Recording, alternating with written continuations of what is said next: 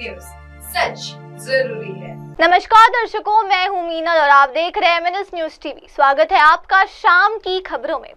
तो चलिए डालते हैं नजर आज की बड़ी हेडलाइंस पर। 2022 से खाली पड़े NSA के पद पर आनन फानन में की नियुक्ति, ISI चीफ को ही सौंपो जिम्मेदारी। वेव सिर्फ संक्षिप्त शब्द नहीं है, ये संस्कृति, रचनात्मकता और यूनिवर्सल कनेक्ट की लहर, मोदी PM बोले ऐसे। पाकिस्तान ने बीती रात फिर किया संघर्ष विराम का उल्लंघन, फायरिंग का भारतीय सेना ने दिया करारा जवाब। चलिए अब देखते हैं सारी खबरें विस्तार से। पाकिस्तानी खुफिया एजेंसी इंटर सर्विसेज इंटेलिजेंस के महानिदेशक लेफ्टिनेंट जनरल मोहम्मद असीम मलिक को पाकिस्तान का नया राष्ट्रीय सुरक्षा सलाहकार नियुक्त किया गया है। अब इलाहाबाद हाई कोर्ट की लखनऊ पीठ इस मामले से जुड़ी एक याचिका पर सुनवाई करने वाली है। मलिक को अतिरिक्त प्रभार के तौर पर NSA का पद दिया गया। उनकी नियुक्ति के बारे में एक औपचारिक अधिसूचना भी जारी की गई है। उन्हें सितंबर 2024 में ISI का प्रमुख नियुक्त किया गया था। नियुक्ति भारत और पाकिस्तान के बीच बढ़ते तनाव और आंतरिक बाहरी सुरक्षा चुनौतियों के बीच की गई। पाकिस्तानी सेना में ISI प्रमुख का पद सबसे अहम माना जाता है। ऐसे में उस पर बैठे शख्स को ही NSA की जिम्मेदारी सौंपना पाकिस्तान की बौखलाहट दिखाता है। जम्मू कश्मीर के पहलगाम में हुए आतंकी हमले के बाद से ही पाकिस्तान छटपटा रहा है। उसे डर है कि भारत आतंकियों के खिलाफ कड़ी कार्रवाई करेगा। आतंकवाद का पनाहगार होने के नाते भारत का कहर उस पर ही बरसेगा। उसके कई मंत्री ऐसे बयान भी दे चुके हैं कि भारत उस पर कभी भी हमला कर सकता है। पहलगाम हमले के बाद बढ़ते तनाव के बीच पाकिस्तान ने राष्ट्रीय सुरक्षा सलाहकार नियुक्त किया गया। 2022 से ये पद खाली था, तब मोहिद यूसुफ ने पद से इस्तीफा दे दिया। मलिक की नियुक्ति 29 अप्रैल को की गई है, लेकिन मीडिया में इसकी जानकारी बुधवार देर रात आई। इससे एक दिन पहले यानी 30 अप्रैल को भारत सरकार ने राष्ट्रीय सुरक्षा सलाहकार बोर्ड का पुनर्गठन किया। खुफिया एजेंसी रॉ के पूर्व प्रमुख आलोक जोशी को इसका अध्यक्ष बनाया गया। अब डालते हैं नजर हमारी अगली खबर पर। प्रधानमंत्री नरेंद्र मोदी गुरुवार को मुंबई में world audio visual and entertainment summit यानी कि वेव्स का उद्घाटन किया। उन्होंने समिट में जुटे 1000 से अधिक क्रिएटर्स का उत्साह बढ़ाया। वेव्स 2025 4 दिवसीय कार्यक्रम मीडिया और मनोरंजन जगत को साथ ला रहा है। वेव्स 2025 की टैगलाइन है कनेक्टिंग क्रिएटर्स, कनेक्टिंग कंट्रीज। इसमें 90 से अधिक देशों की भागीदारी है, जिसमें 10,000 से अधिक प्रतिनिधि, 1000 क्रिएटर्स, 300 से अधिक कंपनियां और 350 से अधिक स्टार्टअप शामिल है। PM मोदी ने कार्यक्रम को संबोधित करते हुए कहा कि आज यहां मुंबई में 100 से अधिक देशों के कलाकार, निवेशक और नीति निर्माता एक साथ एक ही छत के नीचे एकत्र हुए। एक तरह से आज यहां वैश्विक प्रतिभा और वैश्विक रचनात्मकता के एक वैश्विक परिस्थिति की तंत्र की नींव रखी जा रही है। वेव सिर्फ एक संक्षिप्त शब्द नहीं, बल्कि ये एक लहर है, संस्कृति की, रचनात्मकता की, यूनिवर्सल कनेक्ट की। उन्होंने कहा वेव्स एक ऐसा वैश्विक मंच है जो आप जैसे हर कलाकार, हर क्रिएटर का है, जहां हर कलाकार, हर युवा एक नए विचार के साथ रचनात्मक दुनिया के साथ जुड़ेगा। आज 1 मई है। आज से 112 साल पहले 3 मई 1913 को भारत में पहली फीचर फिल्म राजा हरिश्चंद्र रिलीज हुई थी। इसके निर्माता दादा साहेब फाल्के जी थे और कल ही उनकी जन्म जयंती थी। बीती एक सदी में भारतीय सिनेमा ने भारत को दुनिया के कोने कोने से ले जाने में सफलता पाई है। दर्शकों अब डालते हैं नजर हमारी अगली खबर पर। पहलगाम आतंकी हमले के बाद से पाकिस्तान की ओर से सीमा पर संघर्ष विराम का लगातार उल्लंघन किया जा रहा है। बीती रात फिर से पाकिस्तान ने युद्ध विराम तोड़ा। भारतीय सेना ने जानकारी दी कि 30 अप्रैल और 1 मई 2025 की रात के दौरान पाकिस्तानी सेना की चौकियों ने जम्मू और कश्मीर के केंद्र शासित प्रदेश में कुपवाड़ा, उरी और अखनूर के सामने नियंत्रण रेखा के पार बिना उकसावे के छोटे हथियारों से गोलीबारी शुरू कर दी। भारतीय सेना ने भी इसका उचित जवाब दिया। 29-30 अप्रैल की रात को भी पाकिस्तानी सेना की चौकियों ने केंद्र शासित प्रदेश जम्मू और कश्मीर में नौशेरा, सुंदरबनी और अखनूर सेक्टरों के सामने नियंत्रण रेखा के पार बिना उकसावे के छोटे हथियारों से गोलीबारी की थी। भारतीय सेना के जवानों ने तेजी से और उचित तरीके से जवाब दिया। सेना ने यह भी बताया कि पाकिस्तान की ओर से किया जा रहा संघर्ष विराम उल्लंघन अब सिर्फ LOC तक ही सीमित नहीं है, बल्कि अंतर्राष्ट्रीय सीमा तक पहुंच गया है। पहलगाम हमले के बाद भारत की सख्त कार्रवाइयों से छटपटा रहे पाकिस्तान की बौखलाहट बढ़ती ही जा रही है। लगातार अपने पैर पर कुल्हाड़ी मारने वाली हरकतें कर रहा है। इससे पहले पाकिस्तानी सेना ने 28-29 अप्रैल की रात में कुपवाड़ा और बारामूला जिलों के साथ साथ अखनूर सेक्टर में नियंत्रण रेखा के पार से बिना उकसावे के गोलीबारी की थी। 27-28 अप्रैल की रात को कुपवाड़ा और पूंछ जिलों के विपरीत क्षेत्रों से बिना उकसावे के गोलीबारी की गई। 26 और 27 अप्रैल की रात को तूतमारी गली और रामपुर सेक्टर के पास सीमा पार से पाकिस्तानी सेना ने फायरिंग की थी। ऐसे ही 25-26 अप्रैल की रात और 24 अप्रैल की रात को भी नियंत्रण रेखा पर कुछ स्थानों पर पाकिस्तानी सेना की ओर से फायरिंग की गई। दर्शकों, अब डालते हैं नजर हमारी अगली खबर पर। यूक्रेन युद्ध के बाद रूस भारत के लिए कच्चे तेल का सबसे बड़ा सप्लायर बन गया है। इसकी वजह यह थी कि भारत को रूस से डिस्काउंट पर तेल मिल रहा था, लेकिन हाल के दिनों में इस डिस्काउंट में गिरावट आई। अब भारत अमेरिका से बड़े पैमाने पर तेल और गैस खरीदने की तैयारी कर रहा है। कंपनी रूस की रोसनेफ्ट से तेल खरीदने के लिए बात कर रही थी, लेकिन अब इसे रोक दिया गया। भारत अब अमेरिका से ज्यादा तेल खरीदना चाहता है। इसका मकसद अमेरिका के व्यापार घाटे को कम करना है। अमेरिका के राष्ट्रपति डोनाल्ड ट्रंप ने हाल ही में भारत पर 26% टैरिफ लगाया। भारत उन देशों में शामिल है जिनके साथ अमेरिका का व्यापार घाटा बहुत ज्यादा है। माना जा रहा है कि इसी कारण भारत अमेरिका से ज्यादा कच्चा तेल खरीदना चाहता है। इस बीच इंडियन ऑयल ने ग्लोबल एनर्जी ट्रेडर ट्राफिग्यूरा के साथ गैस का एक बड़ा समझौता किया। ये समझौता $1.4 बिलियन का है और 5 साल के लिए है। इसमें अमेरिका की कीमतों यानी कि हेनरी हब के हिसाब से गैस मिलेगी। इससे अमेरिका से गैस आने की संभावना बढ़ गई है। साहनी ने बताया कि कोई भी तेल कंपनी के मॉडल में फिट होना चाहिए। ये मॉडल देखता है कि बाजार को किस तरह का तेल चाहिए और वो सबसे सस्ते में कहां से मिल सकता है। अब देखते हैं हमारी अगली खबर। नागपुरकर भोसले घराने के राजे मुदोजी भोसले ने आज एक विशेष प्रेस परिषद में रघुजी महाराज प्रथम की ऐतिहासिक तलवार के संदर्भ में महत्वपूर्ण जानकारी साझा की। ये तलवार हाल ही में लंदन में नीलामी के लिए रखी गई थी, जिसे भारतीय प्रतिनिधियों द्वारा रोक लिया गया और जल्द ही भारत लाया जाएगा। मुदोजी भोसले ने बताया कि इस तलवार की नीलामी की खबर मिलते उन्होंने महाराष्ट्र सरकार, मुख्यमंत्री देवेंद्र फडणवीस, भाजपा नेता आशीष शेलार और केंद्रीय गृह मंत्री अमित शाह से तत्काल संपर्क किया। मुख्यमंत्री देवेंद्र फडणवीस ने रात 1:30 बजे स्वयं उन्हें फोन कर इस विषय पर चर्चा की और तुरंत कार्रवाई का आश्वासन दिया।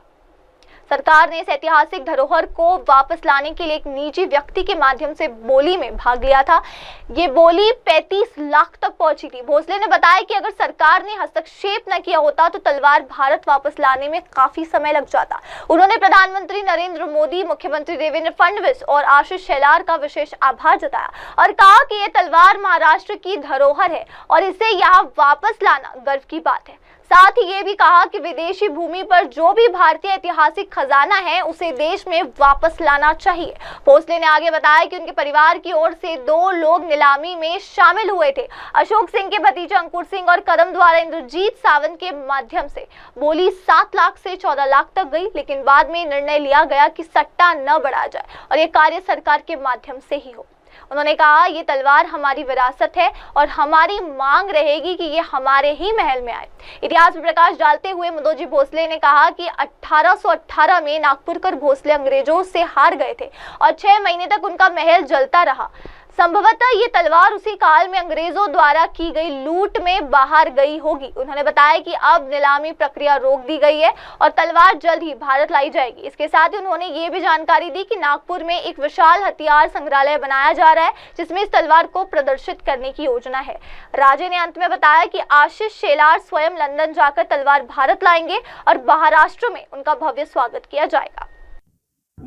सर्वात प्रथम तो मी सर्व पत्रकार बंधूंना आणि इलेक्ट्रॉनिक मीडियाच्या सर्व मी खूप खूप धन्यवाद देतो की आपण लोकांनी प्रथम राजे रघुजी महाराज हिंदवी स्वराज्याचे विस्तारक आणि नागपूर राज्याचे संस्थापक रघुजी महाराज प्रथम यांची जी तलवार लंडनला याच्यासाठी लिलावासाठी आली, त्यासाठी आपण सर्व पत्रकार बंधू आणि भगिनींनी फार मोठं योगदान दिलं। त्यासाठी आपण जे प्रयत्न आपण आपल्या माध्यमातून आपण केले त्याला एक यश आलं, हे आपल्यासाठी सर्वांसाठी, महाराष्ट्रासाठी, नागपूरसाठी फार अभिमानाची बाब आहे। परवा हे सर्व चालू असताना आम्ही महाराष्ट्र शासन मुख्यमंत्री साहेबांना, सांस्कृतिक मंत्री शेलार साहेबांना आणि पंतप्रधान नरेंद्र मोदी साहेबांना, गृहमंत्री आमचे शहा साहेबांना आम्ही पत्राद्वारे विनंती केली की या ऑप्शन आणि मध्ये आपण भाग घेऊन या ह्याला कशा प्रकारे आपल्या इथं आणता येते यासाठी आपण हे प्रयत्न करावे. आणि त्यांनी रात्री 1 वाजता, मुख्यमंत्री 1:50 रात्री देवेंद्र फडणवीस साहेबांनी त्यासाठी आम्हाला होकार दिला की आपण ही आणू. आणि तेव्हा आम्ही निश्चित झालो.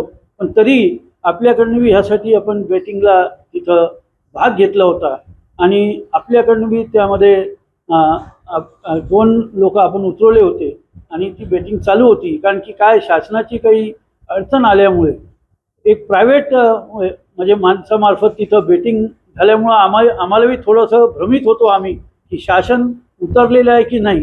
त्यामुळं आमचे लोक त्या बेटिंगमध्ये सुरूपासनं आपले सुरू झाले होते. आणि नंतर आम्हाला माहिती पडली की शासन बी यामध्ये उतरलं आहे. कमी 35 लाखापर्यंतची बोली आपल्याकडनं बी गेली आणि त्यानंतर आपल्याला माहिती पडली की शासनामार्फत तिथं उतरल्या गेली आहे आणि आपण तिथं स्टॉप झालो.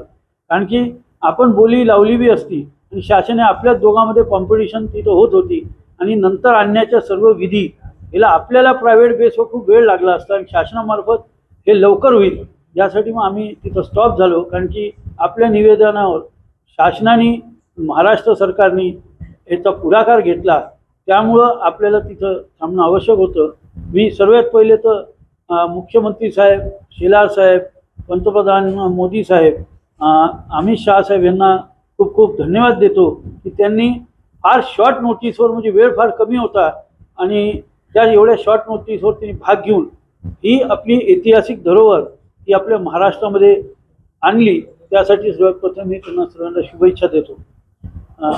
आपल्याला यातच आहे की मागच्या ह्याच्यामध्ये आपण आपल्या माध्यमातून 2-3 दिवसापूर्वी या तलवारीबद्दल आपण मीडियामध्ये सर्व माहिती दिली आणि ही तलवार आपल्या इथे येणं हे फार गरजेचं होतं. कारण की आपण जेव्हा बघतो की सर्व ऐतिहासिक वस्तू, या मौल्यवान धरोहर या सर्व कोणत्या ना कोणत्या कारणाने या आपल्या देशाच्या बाहेर गेलेल्या आहेत आणि ते आपलं ऐतिहासिक महत्त्व हे आता आपल्याला कायम ठेवणे महत्त्वाचं आहे. आणि त्यामुळं हा आपण फार धडाडीने, हिरिरीने ह्याच्या मागं आपण लागलो होतो. जर आपल्याला वेळ अजून जास्ती असता, मला वाटते अजून आपण चांगला रिझल्ट ह्याच्यामध्ये आला असता, कमी ह्याच्यामध्ये आपल्याकडे आली असती. पण तरी आपल्याकडे ही वस्तू आलेली आहे. लवकरच सरकारद्वारे आपल्या महाराष्ट्रामध्ये आपल्याला दर्शनासाठी लवकरात लवकर येणार आहे. मी त्याच्या शुभेच्छा मुख्यमंत्री साहेब, शेलार साहेब, पंतप्रधान साहेब आणि शहा साहेबांना कालच रात्री लगेच शुभेच्छा मी पाठवलेल्या आहेत. आणि ही वस्तू आपल्याजवळ लवकरात लवकर, ही ऐतिहासिक तलवार, ही धरोहर आपल्याकडे येईल याबद्दल आता आपलं सगळं म्हणजे आपण निश्चिंत झालेलं हे विशेष. सरकारी काम आणि 6 महिने थांब अशी पद्धत आहे. यावेळेस युद्ध पातळीवर चक्र हल्ली आणि काही तासात महाराष्ट्र सरकार उतरलं. कुणाला योगदान देणं जास्त या सगळ्या या सगळ्यासाठी योगदान मी देईल तर खरं म्हटलं तर महाराष्ट्र आपल्या मुख्यमंत्री साहेबांना आणि सांस्कृतिक मंत्री शेलार साहेबाला मी ह्याचं खूप जास्ती श्रेय देतो. कारण की ह्यांनी मनावर घेतलं आणि त्यासाठी मग काय शासनाकडनं अगर आमच्या सेंट्रलमधनं काही त्यांना विचारायचं असलं तर पंतप्रधान साहेब आणि शहा साहेबालाही आपण या संदर्भात हे केलं होतं. पण इनिशिएट घेतला आणि रात्री लगेच 1:50 म्हणजे 3 वाजताचं ऑप्शन, आदल्या दिवशी रात्री म्हणजे 1:50 मला त्यांचं होकार येणं मुख्यमंत्र्यांचं, म्हणजे आम्ही म्हणू शकतो की फार युद्ध पातळीवर त्यांनी हे काम केलं. कारण त्यांना ते सर्व माहिती करून, कारण तिथपर्यंत ते बेटमध्ये उतरलेच नव्हते, ते रात्री बेटमध्ये उतरले आणि सर्व माहिती करून ते बेटमध्ये उतरले आणि ते त्यांनी युद्ध पातळीवर ते काम केलं. म्हणून आम्ही सरकारचं तर या भोसले राजपरिवाराकडनं आम्ही खूप खूप आभार तशी व्यक्त करतो आहे. आणि आपण आपल्याकडनं ह्या ह्याच्यामध्ये आम्ही 2 जण आपल्याकडनं उतरले होते, आमचे सहकारी, आमचे चांगले मित्र अशोक सिंग ठाकूर, आपल्याला परिचित असतील, ते नागपूरमध्ये एंटिक आणि ह्याच्यावर काम करतात. अशोक सिंग ठाकूरांचे जे तिथं भाचे आहेत नॉटिंगनला, त्यांनी अंकुर सिंग यांनी आपल्या वतीने तिथं भाग घेतला होता. त्यांची भेट चालू होती. इथून आपले सावंत साहेब, इंद्रजित सावंत साहेब यांनी आमच्या वतीने पुन्हा आम्ही त्यांच्याशी चर्चा करून त्यांनी बी त्या ठिकाणी आपला एक माणूस त्यांचं नाव प्रशांत मंदार कदम यांना त्यांनी उतरवलं होतं. या 2 बेट्स आपल्याकडनं बेटिंग चालू होती. एक तिसरी बेटिंग होती 14 लाखापर्यंत आपल्याकडनं, म्हणजे 3 वाजायच्या पहिले जी बेट झाली ती 14 लाखापर्यंत, म्हणजे जी प्राईस त्यांनी ठेवली होती 7,97,000ची ती होता 14 लाखापर्यंत 3 वाजता गेली. आणि 3ला जेव्हा ती ओपन झाली तर 14 लाखापासून बोली झाली. आणि त्यामध्ये मग आपलं महाराष्ट्र गव्हर्नमेंटकडनं बी एक व्यक्ती तिथं उतरले आणि मग ती बोली चालत आली. आम्ही इंद्रजित सावंतांच्या आम्ही टचमध्ये होतो. थोडा वेळ आमचा, म्हणजे आमचे जे तिथं महेंद्र सिंग होते त्यांच्याशी आमचा कॉन्टॅक्ट काही थोड्या वेळासाठी थोडा राहून गेला होता. पण आम्ही कन्फ्यूज झालो होती इथली बेटिंग त्यांनी स्टॉप केली का काय, आमच्या घराण्यामध्ये यावी अशाबद्दल मी बोललो होतो. तरी आता आम्ही प्रत्यक्ष भेटून चर्चा करून त्याच्यावर आमचा प्रयत्न राहील, आमची मागणी राहील शासनाला की आमच्या राजवाड्यामध्ये ती आमच्याकडे आली पाहिजे. आणि मग शासन जसं जसं आम्हाला म्हणाल की इथं आपण प्रदर्शनी करायची आहे त्याप्रमाणे आपण ते कार्य करू. त्याची चर्चा करून जे काही निर्णय होईल तो आपल्याला आम्ही आपल्या समक्ष याच्याबद्दल मी आपल्याला मागे सांगितलं होतं की आमचे अप्पासाहेब महाराज मुधोजी राजे द्वितीय यांनी ब्रिटिशांशी लढा केला होता 1817 ते 1818 पर्यंत. आणि त्या लढ्यामध्ये 1817 आपण जिंकलो होतो, पण 1818 मध्ये नागपूरकर भोसले हारले. आणि त्यानंतर एवढी मोठी लढा होता की ब्रिटिशांना हार कधी इथं भेटलीच नाही. पहिली हार नागपूरकर भोसलेंनी 1817 दिल्यामुळं आमच्यावर, म्हणजे या घराण्यावर त्यांचा जास्ती रोष होता. त्यामुळे 1818 ज्यावेळेस आम्ही युद्ध हारल्यानंतर हा जो महाल एरिया आहे हा पुरा वाडा होता. याचे 7 दरवाजे आहेत आणि हा एवढा मोठा महाल होता म्हणून याला महाल म्हणतात. हा 6 महिने पेटला ब्रिटिशांच्या याच्यामुळे. 6 महिना वाडा जळला. हा रिमेनिंग पार्ट आहे त्या वाड्याचा. आणि त्यानंतर त्यांना एवढा रोष होता की आमचे जे महाराज होते ते ना पुत्र नव्हता. मग त्यांनी ह्या गादीला जिंकल्यानंतर त्यांनी घोषित केलं की ह्या खालसा झाली म्हणून. त्यानंतर इथल्या काही लोकांनी आणि आमच्या महाराणी बाकाबाई साहेबांनी त्यावेळेस खूप प्रयत्न केले आणि मग एक दत्तक याची मंजुरी झाली. आणि मग या घरच्या मुलीचा मुलगा या गादीवर आले आणि तेव्हापासून ही गादी पुन्हा सुरू झालेली आहे. आणि त्या अप्पासाहेब महाराजांनी युद्ध केल्यानंतर जी लूट केली त्या लोकांनी, एकदा लूट केली ती लढाई झाल्यानंतर, पण त्या लोकांना वाटलं की आता दत्तक मुलगा आल्यानंतर पुन्हा फार मोठ्या प्रमाणात आपल्यावर हे होऊ शकते. कारण की नागपूरचं राज्य हे 2,17,536 स्क्वेअर किलोमीटर एवढं मोठं राज्य होतं. सर्वात मोठं राज्य असल्यामुळं त्यांना भीती होती की विविध ठिकाणी हे होईल. म्हणून त्यांनी पुन्हा 1853 ते 1864 11 वर्ष नुसती लूट करत राहिले नागपूरची. आणि त्या लूटमध्ये श्रीधनपासनं दुसरे खजिना बी अजून वाचलेला खजिना घेऊन गेले. त्या खजिन्यामध्ये तलवार त्यावेळेस गेली असावी किंवा काही अधिकारी असे होते त्यांच्यामध्ये की आपल्या अधिकाऱ्याला खुश करण्यासाठी ते एखादी वस्तू सरकारने आता घेतलेली, आता लिलाव तर लागू शकत नाही, ही सरकार लिलाव लावू शकणार नाही, तर ही घेतली त्या किंमत तेवढी किंमत तर द्यावी लागेल. प्रयत्न आहे आपला. आणि मला नाही वाटत की ते जास्ती पैसे घेऊन जर द्यायची असली तर सरकारने एवढी मेहनत केल्यानंतर जास्ती पैसे घेऊन आमच्या घराण्याला दिलं असं मला काही वाटत नाही. द्यायची असली तर त्याच प्राईजमध्ये आपल्याकडे येऊ शकते. कारण ही प्राईस झालेली आहे. पण आता आणण्यामध्ये ज्या ज्या फॉर्मॅलिटीज आहेत त्याच्यावर त्याची कॉस्टिंग अजून वाढणार आहे. ही कॉस्टिंग वाढल्यावरती किती होते आणि त्यानंतर ते आम्हाला ते देतात का, पहिले महत्त्वाचं आहे. प्रयत्न आमचा पुरा राहील. पण नाही आली तरी आमचा 100% प्रयत्न आम्ही करू की नाही हा शब्द नको, ह्या घराण्यामध्ये ती धरोहर आली पाहिजे असा आमचा प्रयत्न राहील. आता भेटीनंतर जे बी काही त्या ठिकाणी निर्णय होतील ते आपल्या समक्ष मी आपल्याला स्वागतासाठी काही नियोजन केलेलं असेल. हो, त्यांनी तलवार आणणार स्वतः शेलार साहेब आणि काही आपले लोक जाणार आहेत. आणि ते तलवार फार मोठ्या प्रमाणात उत्सव साजरा करून ती तलवार वाजा गाजासाठी ती तलवार महाराष्ट्रात येईल आणि तिथून ती नागपूरला येईल. फार मोठ्या उत्सवात जसं वाघनखाचं एक जंगी स्वागत झालं होतं त्याप्रमाणे त्याचं स्वागत करणार आहेत. याबद्दल मी काल बोलणं झालं आहे आणि त्याची पूर्ण तयारी जसं मग फॉर्मॅलिटी कंप्लीट होती तर त्याबद्दलची पूरी रूपरेखा आपल्या समोर. अब दर्शकों डालते नजर हमारी अगली खबर पर। महाराष्ट्र दिवस के अवसर पर नागपुर के कस्तूरचंद पार्क में आयोजित भव्य सरकारी कार्यक्रम में ध्वजारोहण किया गया और पुलिस की टुकड़ी द्वारा दी गई सलामी स्वीकार की गई। समारोह में उपस्थित जन समुदाय ने मंगल देश, पवित्र देश, महाराष्ट्र देश के जयघोष के साथ राज्य की गौरव गाथा का उत्सव बनाया। इस अवसर पर पहलगाम में हुए कायराना आतंकवादी हमले में शहीद हुए निर्दोष नागरिकों को भावभीनी श्रद्धांजलि अर्पित की गई। कार्यक्रम में विभिन्न क्षेत्रों में उत्कृष्ट योगदान देने वाले गणमान्य व्यक्तियों को पुरस्कार प्रदान कर सम्मानित किया गया और उनके उज्जवल भविष्य की शुभकामनाएं दी गई। जनसेवा के तहत इस मौके पर फायर ब्रिगेड की 11 नई गाड़ियां जनता को समर्पित की गई है, जिससे शहर की आपातकालीन सेवाएं और अधिक सशक्त होगी। कार्यक्रम को संबोधित करते हुए मुख्य अतिथि ने कहा, मुख्यमंत्री देवेंद्र फडणवीस जी के नेतृत्व में हम सभी को सरकार की योजना अंतिम व्यक्ति तक पहुंचाने के लिए मिलकर कार्य करना होगा ताकि एक समृद्ध और सशक्त महाराष्ट्र का निर्माण किया जा सके। इस अवसर पर विभागीय आयुक्त विजय लक्ष्मी बिदरी, जिला collector doctor Vipin Itankar, police आयुक्त रविंद्र कुमार सिंगल, ग्रामीण पुलिस अधीक्षक हर्ष पोदार, महानगर पालिका आयुक्त डॉक्टर अभिजीत चौधरी, नासुप्र निदेशक संजय मीना, जिला परिषद के सीईओ विनायक महामुनि, नागपुर रेंज के विशेष पुलिस महानिरीक्षक दिलीप भुजबल सहित अन्य वरिष्ठ अधिकारी, जनप्रतिनिधि और शहर के गणमान्य नागरिक उपस्थित रहे। समारोह ने नागपुर वासियों को एकता, सेवा और प्रगति के संकल्प के साथ महाराष्ट्र के उज्जवल भविष्य की ओर प्रेरित किया। अब दर्शकों डालते नजर हमारी अगली खबर पर। महाराष्ट्र के मुख्यमंत्री देवेंद्र फडणवीस ने राज्यवासियों को महाराष्ट्र दिवस की शुभकामनाएं दी और राज्य के उज्जवल भविष्य को लेकर अपने संकल्प को दोहराया। उन्होंने कहा कि महाराष्ट्र भारत का सबसे प्रगतिशील राज्य है और ये दिन राज्य के स्वाभिमान, समृद्धि और संस्कृति का प्रतीक है। मुख्यमंत्री ने अपने संदेश में कहा, महाराष्ट्र अब रुकेगा नहीं।